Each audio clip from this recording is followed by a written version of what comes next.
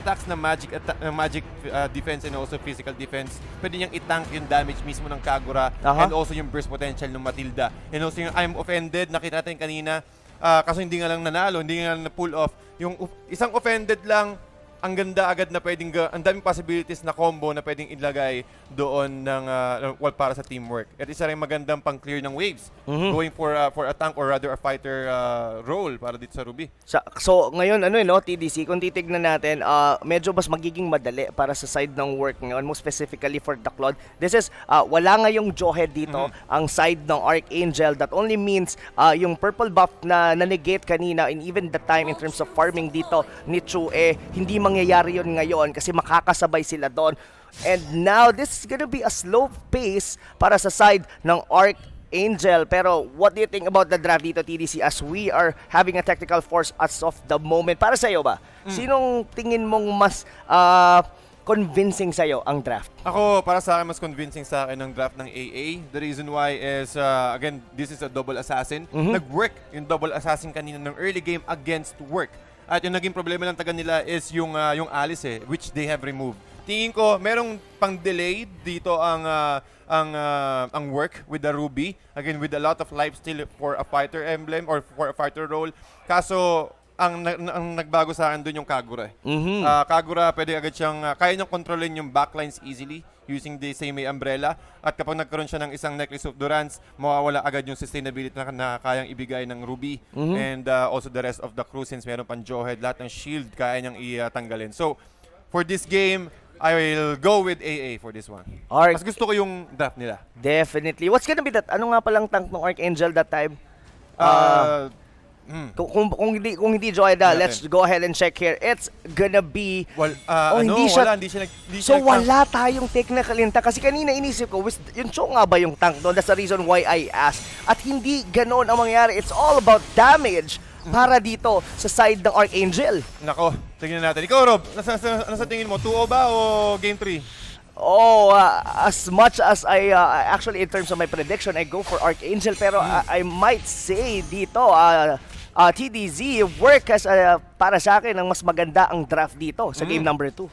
At saktong-sakto na rin yan. Even Steven, tingnan natin mga kaibigan, at lumalamang na kaagad dito when it comes, napakunti lang naman ang AA when it comes to farm, pero ang aggression ng AA, control the purple, still the same plan, game plan dito para sa side ng AA, at force na agad si Chu na mag-recall papunta dun sa well. This is a very interesting type of draft na nanggaling dito from Arkangel, as they only have like a support here coming from Joy Boy, itong Matilda na to, and it's all about damage. Escalera here on the top. So parang yung pinaka-tank nila rito itong Matilda na to, magta-tank item to. So most likely makakita tayo dito possibly like a Thunderbelt, yung even Necklace of Durance or rather Oracle. So ang pinaka-main purpose niya dito is just provide the guiding wind, wherein yung shield and mobility. Talagang mahuli nila dito. It's either si Michael Jordan, though meron siyang Order of Brilliance, kaya naman niya mag-invisible or rather mag-invulnerable inside the Brilliance. Kaso ang tingin ko, the main pinaka-worth na gamit ng Circling Eagle din plus the Guiding Wind is yung BMI ni Chu. Perfect talaga ng ng Arkangel, TDC yung ikot nila during the early game. Kung papansin mo, they have a perfect minion wave clear, then they had the invade on the purple buff doon ni Chu. Pero na-realize agad ng teamwork yun na hindi nila kayang sabayan on the early game ngayon dito ang Arkangel, and they chose to get the energy shield here on the top lane since Cho lang naman ang nasa taas. At almost half kaagad ng energy shield na nabasag dito mga kaibigan ng work sa top lane, so ang dami kaagad gold ng ating Jawhead and also the Ruby. Pero mukhang AA, pumapasok naman, sinusubukan na naman i-take down dito si Jobert Sakalam. Pero yung pag-hold na dito, yung pag-clear niya ng wave using the Justice Blades, making it easier for him to sustain this lane. Mas magandang desisyon yung ginawa nun ng teamwork. Why? Sinabi natin kanina yung energy shield na almost na-deplete nila doon sa may top lane. Kasi ang trade nun is gonna be the turtle. In terms of the gold dito, nadikit lang both of the teams. But a pickup will be happening here as Joy Boy barely alive, and Chu will be the one to strike the first blood. No, Ninja Killa, humupok pa ng isa pa. Si FY magiging target to Order Brilliance, almost able to clip down Escalera, but Michael Jordan will be out of the way. Sax Jago will be the one who's gonna cut the throat of Michael Jordan here. 8 seconds para sa sidelines pero AA unti-unti nilang ino-occupy na naman yung jungle area ng teamwork. Kailangan tuloy-tuloy lang ng Arkangel tong ganitong klase ng aggression. Kailangan hindi sila dito huminto. Kasi the moment na maprolong na naman dito yung game for teamwork, they could potentially do what they actually did early on the first game. Kaso nga lang, ang difference nito ngayon, dito, Kuya TDZ, wala silang alis ngayon. Oo, walang magpo-prolong ng game. So tingin ko, there's a big chance kung sakaling ma-pull off ulit ng Arkangel yung ginawa nila kanina ng game 1. At since nagkaroon na rin ng pick-off or wala pa rather pick-off dito si Chu, as long as he can sustain that zero death at dire-diretso pa lang din yung kanyang pag-farm, there's also a big possibility for Work to make a comeback from this one. Pero AA unti-unti, isang lane or isang turret kaagad ang nabasag dito ng AA.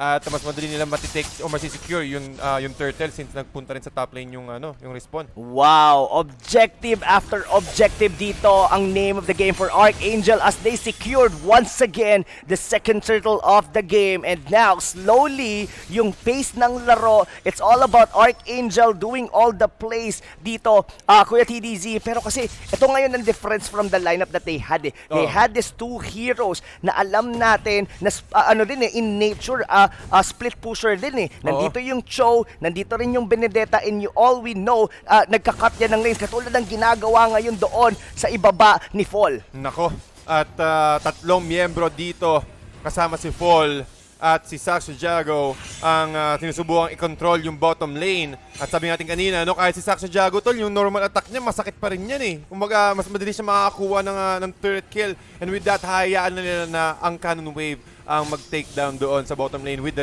rotation from AA. 4 na miyembro ang sumusubok na i-take down ang teamwork. Kailangan i-hold ng work itong mid lane na to, pero I doubt dahil mukhang mahirap dahil yung 4 na miyembro dito. Look at the circling eagle going onto the jawhead. At mo, ang ginamit niya rin yung flicker dito ni FY, and also with the Be Nice, ginamit niya kaagad, ni Ruby ang kanyang Be Nice and able to get out of the way with his passive Last Dance. At AA, mukhang medyo bumabagal yung aggression na pinapakita nila compared sa kanina for the first few minutes of the game. Pero dito si Ninja Killa, mukhang masusurvive pa rin nila since parating na ang AA. At mukhang pwede lang ipitin dito ang work pero mukhang nag-hesitate ang AA. At hindi nila sigurado kung ilang tao yung nandun sa loob. Nako, magiging reactive na yata na naman dito ang Arkangel as work did actually hold on here on the mid game. Pinapabagal nila ngayon dito ang pace ng laro. But Joy Boy will get a pick up dito. But Jobert Sakalam with the flicker ulti doon. Pero hindi niya pa naman nakuha doon si Escalera. So far, TDZ work doing all the work para lang maprolong itong laro na to. At ngayon, Chu will be trying to take the third turtle of the game. Ito na nga at pinupull nila sa left side or rather sa right side ng kanilang base. Fall forced to use the BMI out. Pero mukhang si Jago mahuhuli dito. Hindi siya makapag-dash in, dash out mga kaibigan. Down kaagad si Saxa Jago. That's 23 seconds na walang farm at XP ang Lancelot nila. Pero si Paul, mukhang delikado pa yata. FY with the smart missile and also with the boost from the ejector. Hindi nila mahuhuli at sobrang gilas nga naman talaga. Mapulas agad dito si Paul. That's not a good trade, TDC, kasi you always want to have Saxa, you always want to have the Lancelot to be alive. Yes, nakuha nila doon yung turtle, pero ito kasi ang kicker dito, TDC, hindi pa rin namamatay dito si Chu. Hindi pa rin namamatay dito yung mga damage nila, even Jobert, and being too confident going into the mid lanes kanina dito ng Arkangel. So nandito na naman tayo sa point na hindi na naman makakuha ng objective ang Arkangel on mid game. Napapatagal na naman ang laro, and this might be the same on what happened on game number 1, and nag-aabang dito as FY might actually get a pick off dito mga kaibigan. Saktong-sakto, 4 laban sa 1 pero hindi nila mahabol si FY with the movement speed or their brilliance para kay Michael Jordan. Yin yang overturn ginamit na rin pero Jobert Sakalam with the nice flicker and also with the ultimate. Pero nakita natin yung bilis ng responde ng work, no? Parang ang bilis ka agad. Unfortunately, cooldown doon yung flicker ni Jobert kasi kung cooldown yon, he could be able to stun 3 members doon ng Arkangel at mukhang magdelikado pa talaga sila doon sa engagement na yun. So far dito mga kaibigan, Arkangel are still on the lead in terms of gold, pero ito na naman tayo, itong scenario na to na may ikot-ikot na naman throughout the map. Dito ang teamwork as look at you trying to deal so much damage against Escalera, pero si Fall nakaabang sa likod. Electo final blow para maka-disengage. Pero nakita na dito si Ejector at mukhang mahuhuli. Enough na yung disable na yun para ma-take down naman si Saxy Jago. Saxy Jago out of the position, but Fall ulit with the I'm offended. Hindi ka makakatakas. Chu will take down Fall. That's a 3-4-0 exchange. At ang teamwork naman, ang una makakuha ng third dito sa may middle lane ng AA. At lumalamang at lalo pa nilang isasemento ang kanilang pagkalamang after nila makuha itong turtle buff away from AA. Oh no, the punish na ginawa dito ng teamwork against Arkangel, and even baliktad na ngayon dito ang lead ng gold nasa teamwork na to, and sila na din ang nagdidikta ng laro na to, TDZ, as they're going into Ninja Killa onto the top lane. Hindi pa tayo nakakakita rito ng mga magagandang sipa coming from the show. Hindi pa tayo nakakakita dito ng mga gagandang engagement. Baka ito na yon. Nako, ito na nga. Yun yung overturn, huling-huli. Napagandang assist para kay Escalera after ng sipa, at enough na rin yun para makuha nila ang unang death dito ni Ruby. Pero, tol, tingin ko dito ang ano AA, kapag nagkaroon dito ng item si Escalera, isang COD, Lightning Truncheon, plus maybe a Holy Crystal or maybe a Necklace of Durance, yun yung magiging key factor nila para ma-turn around tong laro eh. Ang ginagawa kasi ng work dito, tol, sa nakikita ko, parang tinitake advantage nila yung innate strength na ni Jobert Sakalam with this HP and also the burst damage ng Lunox, kaya naging effective yung rotation nila. Hopefully you're right dito, TDC. According to Arkangel, sila ang Arkangel, pero hopefully tama yung sinabi mo, magdilang anghel ka dito, TDC, as Joy Boy is looking on to the Lapu-Lapu dito with a circling eagle na magagana, pero Electro final blow. Ang tanong, enough ba yung damage nila para mapatay itong Lapu-Lapu? At mukhang buhay peta with the lifesteal. Jobert Sakalam na sustain, 4 yun na miyembro ng AA, and with the emotes talagang tinutont at ginigigil dito ni Work, or rather ni Jobert Sakalam, ang miyembro ng AA. At habang nangyari yun, Rob, nagkaroon ng space dito na ang Work na kunin yung tier 2 turret sa top, at ngayon nasa middle lane na sila. At hindi lang yon, na pick off din nila doon yung Cho doon sa may top lane. Still capable pa rin naman dito ang Arkangel to be able to turn things around, pero so far dito mga kaibigan, for the last 3 minutes, it's all about teamwork. It's all about teamwork, doing all the work dito to zone out, to get all the resources dito against Arkangel. And now, once again, Chu going for the Lord. Pinag-iisipan na ngayon dito ng Arkangel. Contest ba tayo dito? Look at the positioning dito. Awkward, medyo nasa eskinita sila. Eskinita nga sila, mukhang nahuli pa ni Jobert Sakalam. Yun yung overturn, kaya yung i-pullback nga ba? Hindi enough. Natumba agad si Escalera. Wala sila magic damage except for Joyboy. Pero si Joyboy is duduguan pa rin. Pero tingnan mo yung ginagawa dito ni Ninja Killa. Diretso hanggang tier 2 turret. Kailangan umuwi dito ng teamwork. Habang si Chu naman, kinukuha yung purple buff, but successful. Mission accomplished para kay Ninja Killa. Huling-huli ang tier 2 turret nila. Kailangan nilang gawin yon. The push nila yung gitna and even yung inner turret doon. And now, Chu going back. They force a reaction, pero hindi pa rin naman safe dito ang Arkangel. A reset will be done once again dito sa Lord. Ngayon, there's gonna be a 4v4 matchup dito, TDZ. Saktong-sakto. With the blazing duet, si Paul mahuhuli. At isa pa, yung stand hindi tumama, but Joyboy will be clipped by Michael Jordan with the Chaos Assault. Dalawa agad ang tumba dito sa AA. At kailangan mag-respond dito ng AA kasi kung sakaling hindi sila makabawi, tol, 2-10 na yung score natin dito at 4K net worth lead ka agad. At kapag naging successful dito yung work na makakuha ng Lord, tingin ko, isa yun sa mga key factor para ma-end ka agad ng work itong match na to. Posibleng mangyari yan, TDC, as look at you rito. Mukhang masisecure na nila, and Arkangel respecting na hindi nila kayang i-contest dito ang First Lord. Mind you, TDC, this is a Luminous Lord.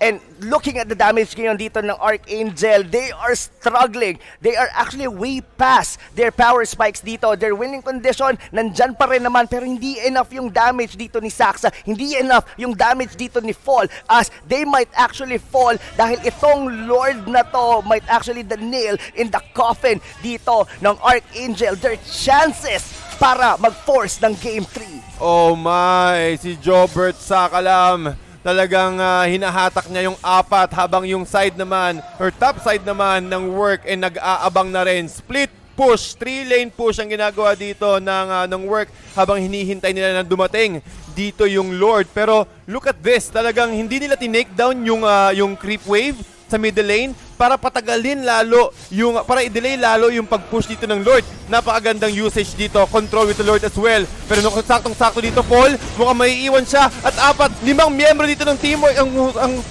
sumusugod sa loob. Habang yung Lord naman, tinitake down lang yung main inhibitor, Ninja Killa, pinupursu ng rest members ng work dito. At Joyboy, mukhang mahuhuli pa, no?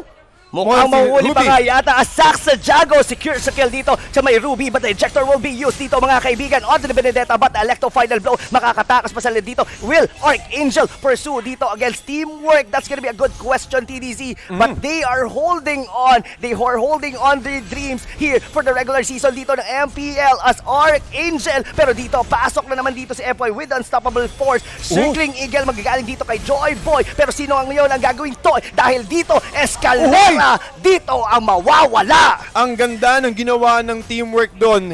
Si Michael Jordan nagpanggap damo na talagang pinapalabas ng work na ako lang mag-isa, sige habulin mo ako, pero with that is enough for them to take down. Escalera mukhang saktong-sakto yung Electro final blow dito. Apol trying to run away with the guiding wind, pulling FY as well near the well. At mukhang hindi pa rin enough yun. Meron siyang immortality. Are they ready for round 2? FY mo makakatakas pa dito. Art of Thievery para kay Chu enables them to disengage really quickly. Kailangang respetuhin pa rin to ng work. They already had this game. They had destroyed the base turret here on the mid, on the bottom lane. Pero hindi nila kailangang pasukin ng ganoon kalalim dito ang Arkangel, as they are still very capable enough to be able to turn this thing around. Kasi kung iisipin mo, ang ginagawa kasi dito ni Fall is whenever the minion wave is pushing them, they're gonna use the Electro final blow at aalisan lang nila. That's the reason bakit napapalalim, hindi makapag-push dito ngayon ang work, but there's gonna be a good opportunity with the way of the Dragon Ball sa Johead. Saktong-sakto enjoyed, pero buhay pa rin si FY dito at mukhang mahuhuli si Fall. He will fall down. 47 seconds at mukhang hindi pa tapos si Chu dito ng gigigil. Hinahabol. Art of Thievery to slow them down, but with the guiding wind, it is enough for them to disengage. Pero tol, kitang-kita mo yun. Sobrang bilis na ng initiation ng work dito at talagang unti-unti iniisa-isa na ng work ang membro ng AA with a slow. Again, with a jump, kaya assault. Jobert Sakalam with a nice flick engine. Yung overtime, will it be enough though? Ang tanong, hindi pa rin. But Jobert Sakalam isolated. Saktong-sakto yung Phantom Execution, pero yung HP regeneration dito, yung lifesteal plus the Blazing Duet. Saktong-sakto dito. Escalera will go down at mukhang wipe pa yata mangyayari.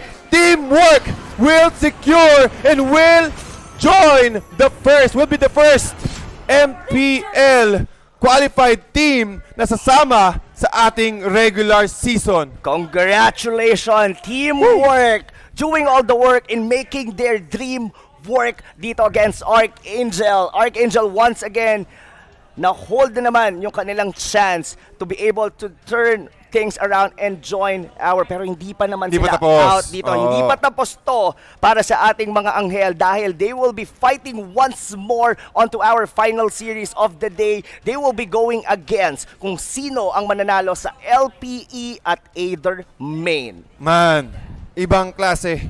Kumbaga, ramdam ko yung nararamdaman ng AA dito. Kaya natin pumalag, kaso looking at the net worth at looking at the gold gain, ang hirap makabawi. Nakita natin dito, 3 miyembro dito ng teamwork ang 5 digits, 12,000, 11,000, 10,000. Aside naman ng AA, mukhang si Ninja Killa lang, saktong-sakto lang, sumagpas lang ng 9 pesos, ng 9 gold para maging 5 digit yung kanyang net worth gain. Nahirapan sila dito in terms of going into mid-game. Even Escalera o the Kagura, hindi rin masyadong nagkaroon ng impact during team fights. And yes, work.